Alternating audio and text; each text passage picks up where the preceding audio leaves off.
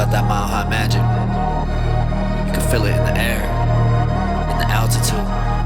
Feel it when you can't breathe. Life in a barrel.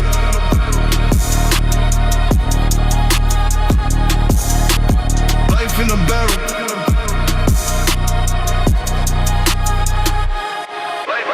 Life in a barrel. What it do, Broncos country, and welcome to the number one source for Broncos news, takes, and opinions. This is Life in a Barrel. Inspired by the legacy of the late Broncos superfan Tim Barrelman McKernan, we seek to give you raw, educated, unfiltered Denver Broncos news and opinions only superfans can deliver. I'm your host. I go by the name of Town, and joining me every week, my partner in crime. You know the deal. Please welcome Tariq Hatchet Young to the show. Reek! Oh my God. Oh my God. Bro. What they gonna say Bills, now? Man. We beat the Bills. They came in here and learned. The underdogs, overdogs, it don't matter. I said we was gonna win, and what do we do? Yeah, we came out, and you know what? When clutch time mattered, Bo Nix delivered, and that man just has the clutch gene, man. Clutch, Gene, my Denver GOAT right now. My GOAT. My Broncos Absolutely, GOAT. man. Absolutely. It was an instant classic of a playoff game, man. That was just the energy. It was just abound everywhere. It really was. When I said I wanted the whole Broncos country to bring it, and we showed out. We showed out on Saturday, and it was good to see. I'm not going to lie. There was some moments there where they were a little quiet that got me a little scared. They was a little quiet, but, at the end of the day, I know us. I know what we was going to do. It don't matter. Bills Mafia. What y'all going to say now? Hey, know what? I got a little rant, actually. Matter of fact, I'm getting tired of this. So I'm going to talk my shit. I got to speak my mind on this. I'm getting tired of everybody blaming everybody but Josh Allen. Josh Allen had 4 turnovers the other day that he gave this team. 4 turnovers. And y'all sit here and keep trying to say, especially the NFL media, I'm getting tired of it. Oh, it's not Josh Allen's fault. He needs more help. He needs more help. I'm tired of it. Y'all sitting here trying to coddle him and shit. Y'all basically gave him here's an MVP last year. Y'all need to have the same energy that y'all give Lamar to him at this point, because y'all always criticize Lamar, but be quick to be like, oh, Josh Allen can never do no wrong. Fuck that. No, yeah, it's always what the franchise did, what the coach did, what the receiver did. And, honestly, like I get it. It's rough. It sucks because a lot of Josh Allen's playoff exits have come with him sitting on the bench and not in control of what's happening on the field in the moment when it matters the most. But that's football, man. You can't change all the rules just because you fucking like a quarterback and you want him to win and he's not winning. Exactly. They changed the playoff rules for him, and he still hasn't even won in the playoffs. We gonna touch on this a lot deeper later, but I can definitely see the NFL changing the catch rules after that.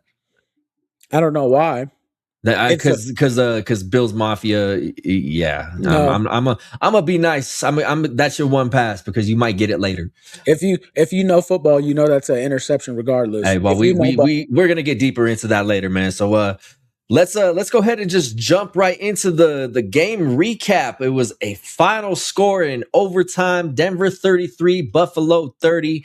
Denver opened fast with Bo Nix spreading it around on a long opening drive, but it stalled out inside the 10. Will Lutz puts the Broncos up 3-0. Buffalo answered with a heavy dose of James Cook and Josh Allen, capping the quarter with a 4-yard touchdown pass to McCole Hardman to lead 7-3. Early in the second, Denver caught a break when James Cook fumbled and Broncos punched it in. Nix hit eligible lineman Frank Crum for a 7-yard touchdown to go up 10-7. Bills answered with a long drive for a field goal, but Nix responded with a huge 2-minute drill, finishing with a 29-yard strike to Lil Jordan Humphrey. Following a Josh Allen fumble with only seconds remaining before halftime, Lutz drilled a 50-yarder at the buzzer. Denver leads 20-10 at the half. Turning point came in the third. Nick Bonito forced a strip sack to set up another Lutz field goal, making it 23-10 before Josh Allen rallied the Buffalo Bills with a touchdown to cut it 23-17. The fourth quarter was absolute chaos. Josh Allen hit Dalton Kincaid for a go-ahead touchdown. Then Buffalo added a field goal to make it 27-23. Nix answered late with a clutch drive and a 26-yard touchdown to Marvin Mims Jr. to make it 30-27. But Allen drove Buffalo into range for a game-tying 50-yard field goal with 5 seconds left. In overtime, Josh Allen and the Buffalo Bills were driving before a deep throw to Brandon Cooks was controversially intercepted by Jaquan McMillian, giving Denver their chance. Bo Nix once again worked his clutch magic, finding rookie running back R.J. Harvey for a 24-yard gain into field goal range. Buffalo then shot themselves in the foot with 2 defensive pass interference flags, which moved the Broncos to the doorstep, where Will Lutz hit the 23-yard walk-off field goal to win it 33-30. Broncos, what they gonna say now? How was you feeling after that game, Reek? Like I said, I felt great. It feels good to know that I was right. I love being right. I try to tell the people I was right, but they thought I was crazy. I know what I'm talking about. Hey, I know ball. Were you nervous at all? Was I nervous? Last 2 minutes, I was nervous because, last two minutes, always nervous for me. I was a little worried, but I trust our defense. I trust our quarterback. I trust our coach. I trust our offensive players, and we made it happen. Shout out to Marvin Mims for coming up with the big grab to give us the lead at the end of the game in the fourth quarter. So we did what we had to do. Bo Nix put on a stellar game. He proved himself. If you're still hating Bo Nix after this, that's all they're doing is hating on him, man. But like me personally, my first reactions to the game is I needed several minutes to calm down. I'm like, my adrenaline was pumping, man, because that was an insane finish to that game. It was insane, but we've waited 10 years for this, and it just felt so perfect to me. So I want to use this opportunity for immediate reactions, man. One of the first things that I thought was about all the people who were talking shit all year long, but the Broncos haven't beat anybody. Bro, they just beat the reigning MVP on top of already beating both contestants in the previous Super Bowl this year. Like, what more do you want? They don't know ball. They just see what's on the internet and they go with it, and that's how you know they're not paying attention to the product. Yeah, they were told Bo Nix sucks coming out of college, and they wanna stick to that because that's what they believe. And boy, were they wrong. Yeah. I say the 2024 QB class is probably one of the best in a long time. So. Yeah, definitely. And then coming off the win, man, it makes me so proud for guys like Garrett Bowles and Cortland Sutton after all the bullshit they've been through. I know we touched on that a lot last week, but again, man, I'm just so happy for them guys. Exactly. They earned it. They deserved it. GB played his ass off the whole game. Court, we're going to talk about it. You had some drops. I'm not going to let you off the hook on that, but at the end of the game, you did get a pass interference call to help us get down the field and do what we had to do. Yep, that's right. But Reek, we going to address it, man. We going to address the elephant in the room, and we are talking Jaquan McMillian's interception in overtime, man. That's a big controversy in the NFL right now, man. And it's got a lot of people who don't know football really talking out the side of their neck. They really don't understand. I actually seen a tweet from Joe Burrow earlier too, and Joe Burrow said it was an interception. It's causing a major controversy. There's a very loud section of people led by folks who clearly don't watch football. And then, of course, the crybabies in Bills Mafia claiming that the Bills were robbed by the call that the refs made to confirm the interception. For years now, the NFL has had controversial catch callings, such as, Calvin Johnson, Des Bryant, and they made it very clear. If a receiver is falling while attempting the catch, the ball must be possessed through the ground in order to count as a catch. Like, I understand your frustrations. I don't agree with that 100% of the time. Like, do I think they can word it out a little better to more accurately describe what a catch is? Of course. But by the letter of the law, that wasn't a catch. He hadn't established possession before hitting the ground. So when the ball bobbles and McMillian rips it out of his arms, as long as the ball hasn't touched the ground, it was live. It's an interception. And I don't think they truly understand that. Yeah. You're one-on-one. It's the end of the game. He comes up with the ball. The ball's in his hand, obviously, but McMillian, as the playmaker he is, he takes the ball out of his hands, and they both fall to the ground with it. But McMillian comes up with it. You can't be mad about it. Even later in the night, Devontae Adams had a catch too. He caught the ball. He was clearly showed that he caught the ball and everything. Mhm. Then once he got stripped out, it was already a catch. It was too late. Yeah. So And it's honestly, it's very reminiscent to me. The amount of people that don't know football, it reminds me of the Ted Ginn Jr. catch in Super Bowl 50. People were pointing to a single screenshot like they were doing here and saying, look, he caught the ball, he had possession. But like at this point, I know enough football. I don't care what your one screenshot says. I don't care what Richard Sherman says. Every official asked about it agrees with the call on the field, and it's facts over feelings. exactly. But people are going to do whatever they want to, say what they want because they don't think we should be here. But Mhm. too fucking bad. That's what I have to tell you. We're here regardless. Yeah, and then and then of course, Bills Mafia, led by crybaby Tre'Davious White, wants to start talking about the defensive pass interference calls at the end of the game. How about we don't tackle the receiver before the ball gets there? Exactly, because it's obviously PI. So Like it's not just PI; it's blatant. There was blatant penalties that weren't called the other way. Are Exactly. we gonna talk about DJ Jones getting wrangled by his neck in the end zone? exactly, because if that would have been called a safety, we would have won the game, and something very key would have never happened. Yeah, definitely. Like I understand the frustrations, Bills fans. I understand the frustrations, but by the letter of the law, by the rule, that's what it is.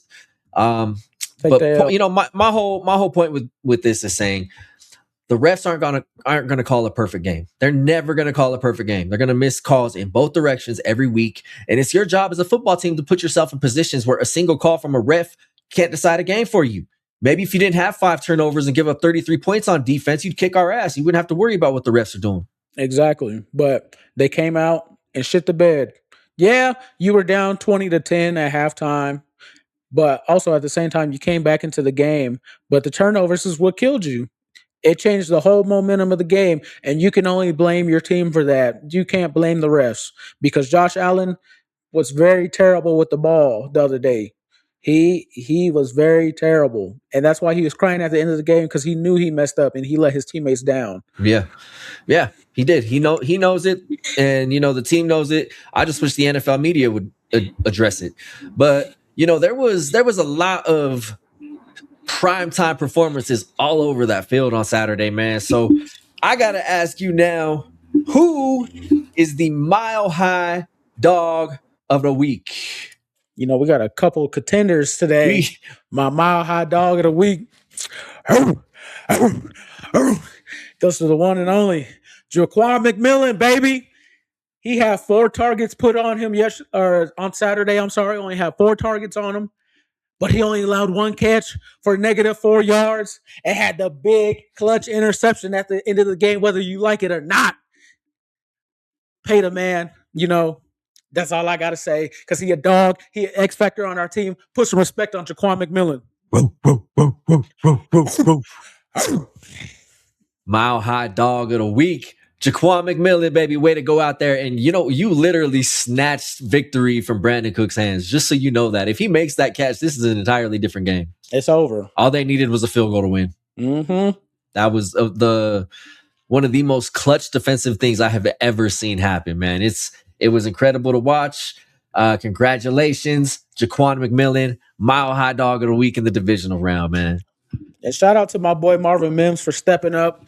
Pat Bryant and Troy Franklin got hurt, and it was his time to shine. I've been waiting to see Marv get some more touches, and he got his opportunities and made the most out of them. Yep. Yes, he sure did, man. I was honestly hoping for more of Marv throughout the week, man. Throughout the game. We gotta keep it, putting him into the system. Mm-hmm. He should be playing in the AFC Championship. Like, truthfully, the person it looked like that they really game planned to have a breakout game was Pat Bryant, but he got injured immediately. Mm-hmm. All right, we gonna go ahead and move on. If the Jaquan McMillian interception was the elephant in the room, Reek, we gonna talk about the blue whale in the funeral home. Following that instant playoff classic where Bo Nix outplayed reigning MVP Josh Allen, Broncos country was on the highest of highs. Back in the AFC Championship game for the first time in 10 years, at Empower Field to boot, great odds to not just make, but win the Super Bowl.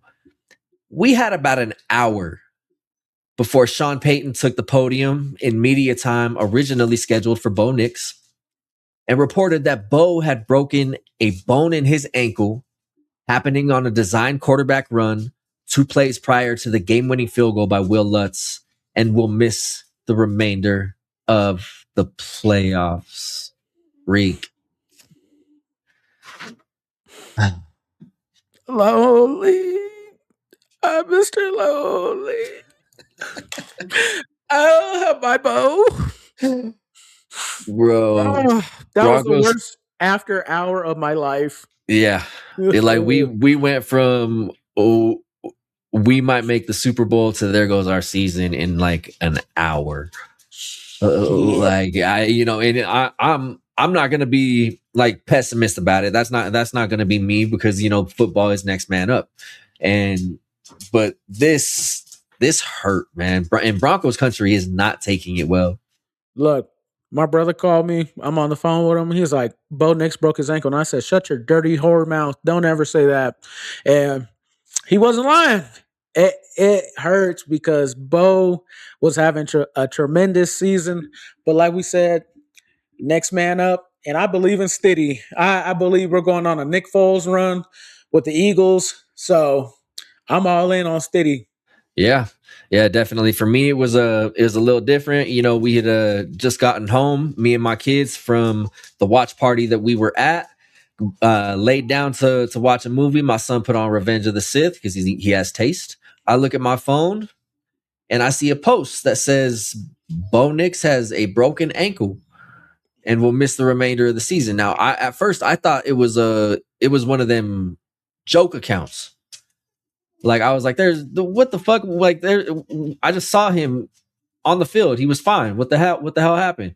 But then I looked and I saw that it was Adam Schefter that posted it, and my heart dropped. He don't even be capping. Yeah, like I was hurt, man. Like honestly, first thing I did is call you. Yeah, you did. It's so hard. It's disappointing because he was having a great season this year, and for it to end the way it did, it's just heartbreaking. But everybody in the locker room, they believe in Stiddy.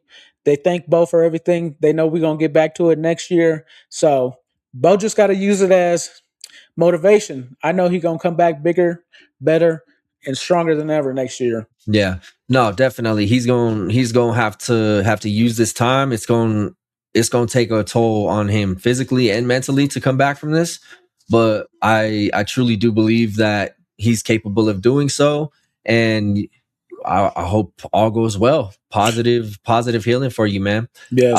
I do want to make a point here, because I have been seeing some shit that pisses me the fuck off. As a Broncos fan who sent well wishes and positive thoughts out to Patrick Mahomes when he got injured, if you're celebrating an athlete's injury, don't wonder why people don't take you seriously.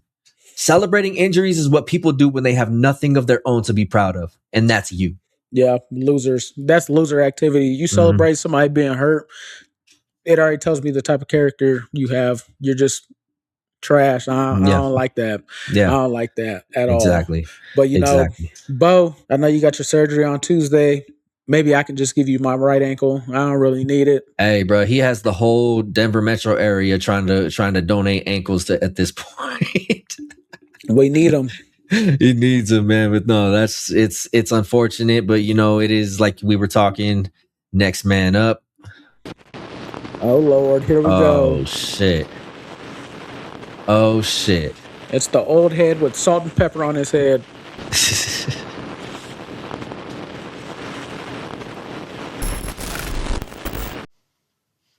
Yo, motherfuckers there? Yeah. There you motherfuckers are.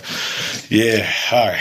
I knew it was Monday. You guys got to do your stupid little fucking Life in a Barrel podcast and whatever. But I got a few things to say. Just hold on. Let me finish what I'm reading right now, huh? And then in overtime, the referees will go ahead and help the Denver Broncos proceed to victory over the Buffalo Bills 33-30 on a bullshit no-call pass interference that was obviously a PI. But hey, Denver needs to win because they wear orange and they think they look cool. wow. I mean, it says it right there in the script, guys. I don't know what else to say, but that's what the script said, so I'm really not surprised. But I'll give it to you. You guys pulled it out of your ass again. But good job. Congratulations. But hey, even the hands on the watch are right twice a day, and even the sun shines down on the dog's ass every so often. So it's just your time. I give it to you. I give it to you. Good luck next weekend when America's team comes in, new America's team comes in, especially with that asshole Trump in office, goes ahead and puts some patriot pride on that ass and whoops it in Mile High. I cannot wait for that shit. I really, really can't because, hey, without a quarterback, it's going to be very, very rough. It's going to be very, very rough. But we will see how Mr. Jared Stidham does because he did talk a lot of shit to my recollection in preseason when Bo Nix beat him out for the starting job, not this year, but the year before that. And it's going to be interesting to see if he can, live up to the hype. And you guys are going to have to bust out some Philadelphia Eagles over the Pat stuff. I mean, a la Nick Foles over Carson Wentz. Let's see if you guys can do it. If you can, hey, maybe I can go ahead and get over in traffic this whole year. Everybody was like that shit today. Broncos won. Go Broncos. Yeah. Merge over, buddy. Go ahead. Go ahead. You got enough room? You got enough room? Is that okay? Okay. Go Broncos. Let's ride. All right. Yeah. But in all sincerity, I do have something I do want to say. I've always been a sportsman my entire life, and one thing that I really hate to see is injuries. And I think it's very unfortunate what happened to Bo Nix. I mean, I actually watched that whole Broncos game just so I could talk more shit, but all smack talking aside, he's a damn good player. He really, really is. He's all right. I mean, he's all right. I mean, he's damn good for you guys, but, we'll see what happens. But I just hate to see a good player like that go ahead and get injured. It's very unfortunate because it definitely changes the dynamics of things going forward. It's always going to be an asterisk of woulda, coulda, shoulda. But that man played his heart out, and I do wish him a speedy recovery. I really, really do. So on that note, enjoyed this last week of football, guys. I highly doubt that you're going to go ahead and beat the Pats, even though you're at home. Line opened up at -4.5. It bumped up to 5.5 for the Patriots. And you have to remember the home team always gets 6 points.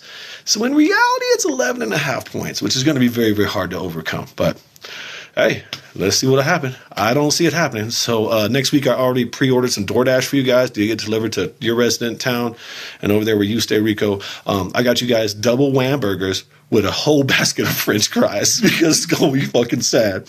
But you guys had a good run. You really, really did. Bravo. 2026 out. I hate old people. Yeah, man. What is it? 3 different teams in 2 weeks now, Gary, that you're cheering for?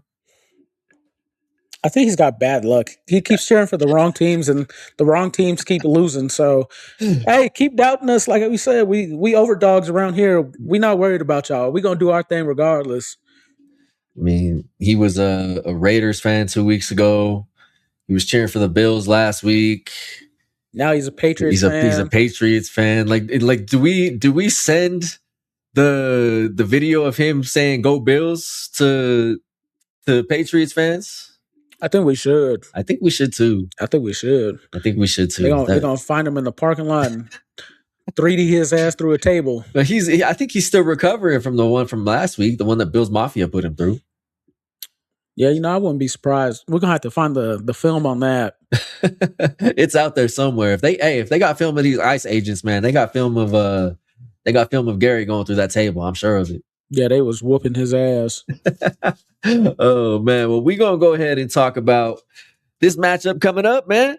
This is a very important, crucial matchup. The AFC Championship game makes its way back to Denver, and just like last time, we got the New England Patriots coming to town, baby.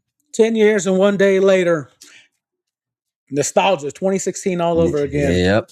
Got the number 1 and the number 2 seed in the AFC. Both 14-3 teams. Patriots are led by head coach Mike Vrabel. Offensive coordinator is someone we know all too well around here, Josh McDaniels. And defensive coordinator is Terrell Williams. But, Mike Vrabel, a defensive coach, is likely running the defense. Again, 2 14-3 teams led by a pair of impressive sophomore quarterbacks, solid defenses, and championship caliber history with a chance to add another Lombardi trophy to their already impressive collection, is what I would have said had Broncos country just not had the rug pulled out from under them and a stake driven through their heart. The loss of Bo Nix will loom large over this game as head coach Sean Payton turns to veteran backup quarterback in his 7th year, Jarrett Stidham. What can we look for in Stiddy making his 5th career start in the AFC Championship game? We've had him for 3 years now. And what I love about this game is the Patriots don't have any film on him from this season. So they don't know what to expect from him. Yeah, you could look at the preseason highlights, but hey, it's preseason. They don't got no real good film on him. So I think he stayed in our system for these past 3 years for a reason. And I know everyone in the facility trusts Stiddy. Yeah. I trust Stiddy. No. Well, what else is trust Stiddy? But they don't believe in us. But goddamn it, Broncos country does. Me personally, I look for him to play smart football, on time, on schedule, quick decisions, quick delivery. And I'm looking for Sean Payton to finally establish the run game to help him out here. Yeah, because it sounds like we're going to get some help back. Yep, J.K. Dobbins might be coming back for this game. That would be such a huge boost of energy for this offense. I would love that. I would love it because the run game has been atrocious. You know it's bad when Bo ended up being the leading rusher the other night. Yeah, I agree. But one thing I will say about, Sean Payton and his very complicated offense is he does not keep quarterbacks around that do not know his system. Stiddy's in his 3rd year with this team, with this coach in this offense, and he's had the opportunity to leave and compete for starting roles with other teams this past offseason. He stayed for a reason. He was asked back for a reason. Sean Payton historically gets his backup quarterbacks to play at a high level for short spurts. And now with 2 games left and the biggest prize in the sport on the line, will history repeat itself? Time will tell. It's very possible because, as you can see, when Drew Brees got hurt that one season, or I believe he retired, and Jameis Winston took over, that was by far Jameis's best season until he got hurt. Yeah, and also when Brees did get hurt and Teddy had to come in. Yeah, he knows how to develop great quarterbacks that were drafted high, didn't pan out good, end up becoming bench players, and once time came, they did what they had to do. No, for sure. You think Stiddy's gonna have any extra motivation playing against his old team? Oh hell yeah. I don't blame him. He's sitting there. He wants to make a statement on why he's in this position to begin with. Because people, like I said, people have been saying, "Oh, your chances with the backup, it's not going to happen." Yeah. But everyone in the facility, all the guys trust him, and that means something. Now, if it was like Russell Wilson or something, okay, now we kind of scratch our head like, I don't know. But the guys trust him, so we got to trust him too. We got to take their word for it. Yeah, but I don't think he's gonna have any extra motivation when it comes to that. When it comes to him playing against his former team, the team that drafted him, it's an entirely different coaching staff. With the exception, now this is key. This actually might mean something for the game. Josh McDaniels. Yeah. There's honestly, as much as it pains me to say it, if there's anybody that knows Stiddy's strengths and weaknesses, it's going to be the offensive coordinator of the team that drafted it. And Josh McDaniels has been in that role for a very long time. And he's left it a couple times, but he always makes his way back to Foxborough. Definitely. I can agree on that. And that's my thing. But like other, outside of that, it's a completely different staff. So unless there's some sort of personal beef between Stidham and McDaniels, I don't think he's going to take it very motivation wise. It's going to add anything to the fire. I think McDaniels also has to be aware of the progress that he's made also as well, from being a rookie to being in his 7th year now. Got to watch out for that. Yeah, I would definitely agree. But we're going to go ahead and we're going to look at New England, Reek. And what do you see when you look at their defense? Dogs all around. Mm-hmm. They got one of the best corners in the league, not the best, but he's a duck, so I always give him love. Christian Gonzalez got a dog there. Yep. And the New England's defense comes in off an impressive dismantling of C.J. Stroud and the Houston Texans, forcing 5 turnovers, including 4 Stroud interceptions, and holding Houston to 16 points. They're gonna Apple turnovers. they're gonna come in focused. They're gonna come in ready to make life difficult for Stidham. The real saving grace is teams tend to struggle playing against backups. Not much film to go off of, making it difficult to game plan against them. But also at the same time, the Broncos have nothing to lose. Yeah, And if you have nothing to lose, that's a dangerous type of team. yeah, it sure is. We're gonna go ahead and look at New England's offense. And it's really hard to argue against what Drake Maye has done in his sophomore campaign. After a learning curve of a rookie season, he has taken huge steps forward and is a legitimate MVP candidate this year. Very well deserved if he does win it. My thoughts on Maye coming out of North Carolina is he was an impressive athlete with a rocket arm, but I had questions on his ability to truly process what was happening on the field. He always seemed a second behind in his reads, but he had the physical skills to fit the ball in tighter window being slightly behind. I still see traces of that come up every now and then. And it's up to the defense to get pressure on him and get him off his game and capitalize on that, because I feel like under pressure he can crack. Oh, definitely. I watched the game against the Texans the other night, and I'm very concerned when it comes to his ball security issues too, because I think it was 3 or 4 times he had to fumble the ball the other night.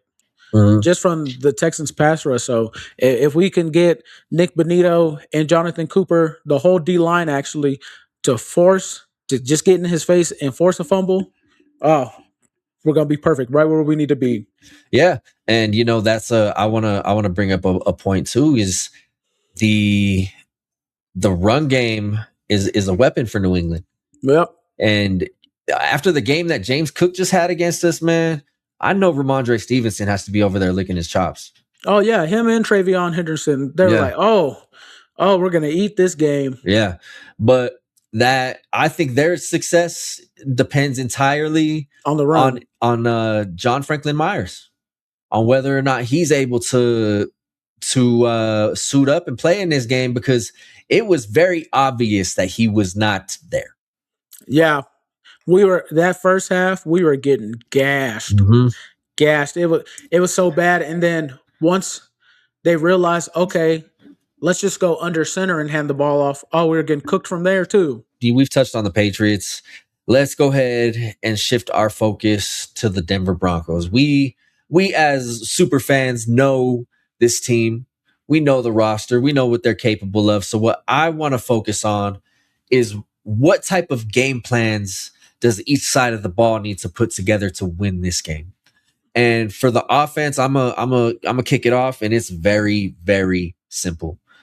Do not make stupid mistakes. There's no time for stupid fumbles or stupid interceptions or drops on easy catches. You got to establish the run, take what the defense gives you. Don't put your defense in bad positions. Limit Patriot possessions and capitalize on yours.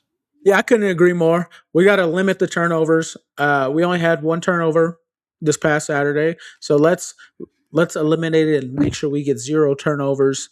If we get J.K. Dobbins back, we got to run the ball. We got to establish the run. So once we start establishing the run, they're going to slack off in the pass game. So from the start, we got to be running straight through them. We got to let them know we're here. Mm-hmm. Shifting to the defensive side of the ball. Again, our first and foremost priority is to stop the run here. Stop the run. Again, I bring up John Franklin Myers because we need him back to shut down those rushing lanes. We need to force Drake Maye to throw the ball, as counterintuitive as that sounds. Make them one-dimensional and get pressure.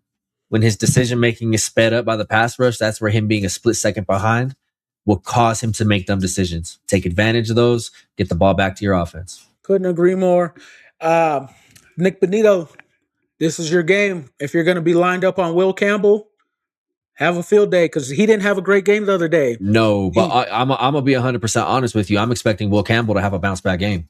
Yeah, he can definitely bounce back. He's a great tackle, but Bonito, this is your opportunity. No, yeah, it's definitely your opportunity. You're going against the rookie. You better do something with it. But at the same time, man, getting embarrassed by one of the best pass rushers in the league. Damn well McDaniels is going to be trying to scheme something to try to help him out in some way. That's where Jonathan Cooper and Zach Allen and Malcolm Roach, who had a couple big sacks in this game, they need to come up big. Yeah, because they're definitely going to chip. They're going to chip you because we led the league in sacks, so they're going to chip you like they were chipping Houston the other day. So next man up. If you're not getting there, next man up. AFC Championship game, man. Broncos and Patriots. Who's your X factor? My X factor, Steady. Okay. I'm riding on the Steady wave. I got a couple boys that they've been telling me they just don't see it. They don't believe it. My best friend's a Patriots fan, but I told him, regardless whether it's Bo or Sean Payton, Bo or Jarrett, we're gonna do our thing regardless because I feel like it's gonna be the same offense regardless of who's in. Yeah. And like I said, they don't have film on them, so this is the perfect opportunity to catch them off guard because we have nothing to lose and everything to gain. The last real film that they have on him is when he replaced Russell Wilson, and he's had another 2 years in this system. Exactly. So my personal X factor, I was tempted to go Steady here. I really was, but I am gonna lean in another direction, and I'm going to say Evan Ingram is the X factor. Tight end is always a quarterback security blanket. That's their blankie, and in this situation, Evan Ingram is going to be the first person that he looks at the majority of the time.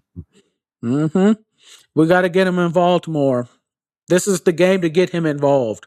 I agree wholeheartedly, man. He's had a decent year. He had 50 catches, I think 400 yards, something along those lines, and a single touchdown. I was hoping for more when we signed him, when they were teasing about him being that Joker role, but he's made some big catches for us in some big moments. So I can't dog him there, but this is the time to really unleash him. Take the chains off. To really unleash him. And Steady has a rocket, man. Yes, he does. The highlights, whether you like him or not, my dog can throw the ball. Yeah. All right, Reek. The time has come. Game prediction. We're gonna talk which of these two teams is going to overcome and punch their ticket to Super Bowl 60 in Santa Clara. I'm going to take the Broncos regardless. I'm taking the hometown team. Y'all thought I was going to choose the Patriots. Hell no. Absolutely not. I have the Broncos winning in a close one. We like playing nail biters. I say the Broncos win 27-24. 27-24? Okay. I look at the situation. You have a quarterback making his 5th career start in arguably what might be better football than the Super Bowl, is Championship Sunday. So you have 2 14-3 teams. The Broncos have an incredible defense when they show up and they're healthy. So you have a team rallying behind Steady. You have an offense that can be disrupted with a good defense in the Patriots. Can you see the conflict I have in my head right now? Oh yeah, I definitely understand don't get me wrong. Sean Payton is going to have his team ready. They're going to be competitive. They're going to give it everything they have because that's what they're going to do. That's who they are. I have faith in the Broncos. Like if they win this game, it would not surprise me at all. It really wouldn't, because that's just the type of team that this is. They rally around each other and they fight for their brothers. But I don't know that it's enough, man. I really don't.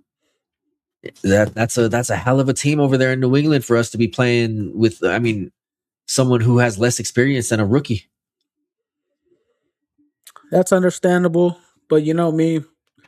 No, when the cards on the table. I feel you. I feel you. All cards on the table, and our defense is going. Believe me, they're going to show out. They're going to play at a different type of level to try to win this game for Steady. But I'm going to say that it's a 17-14 New England win. It's going to be competitive. It's going to be close. It's going to be a hard fought, nasty game. But it definitely is. The realist in me just can't let it. I can't in good faith give Denver the win here. It's understandable. Like I said, it's tough seeing Bo not in this situation, but things happen like this before. I truly believe we can have that Eagles run, and I'm just not ready to let it go yet. I truly believe the confidence in this team, regardless of who's at quarterback on Sunday. I know my guys can get it done. Yeah, and like I said, I'm not giving up hope. Yep. Like if they pull it off, it wouldn't surprise me at all. Yep. Wouldn't surprise me at all. But we've had a hell of an episode. We had a hell of a game to cover, and we have another hell of a game coming up again this Sunday, Championship Sunday, where the New England Patriots are coming to town. Lamar Hunt Trophy on the line, man. Get your popcorn ready, folks, because it's gonna be a game regardless. Yeah, it's gonna be a game, man. We're excited. I think it's the early game, right? We're playing out like 1:15, something around there. 1 o'clock. Yeah. PU. 1 o'clock Mountain Time. It's going down, man. We will be decked out in orange and blue, cheering our boys on. If we happen to pull it out, man, the next episode we're gonna be talking about the Broncos in the Super Bowl, which is gonna be crazy because look at time, Yeah, it's craziness, man. It's craziness. But that's about all the time that we got today. Reek, is there any place that these folks can find you on social media? Reek Season with 2 N's on IG. Go follow your boy, but before you follow me, follow the Instagram and go subscribe on YouTube. Quit playing around. Come on. Yeah. Instagram, TikTok, and YouTube, man. Those are the 3 places that we regularly post content. We turn a lot of our conversations here into shorts to help, further the conversation, try to get Broncos country more involved. So if you see one of our videos out there, give a comment, man. Let people know you rocking with us here in Broncos country here at Life in a Barrel. You can find me on all social medias except for True Social, town.5280. And thank you for joining us. Make sure you hit that subscribe button on YouTube though. That's the important one, man. Come watch the videos on there, man. Full live video podcasts on YouTube every week, as well as shorts, like I said. But we look forward to watching this game. For Tariq, for Town, for Life in a Barrel, for Broncos country, Mile High Salute. We out this bitch. Peace. Life in a barrel.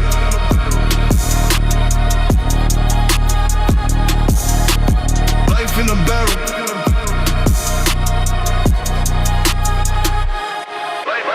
Life in a barrel.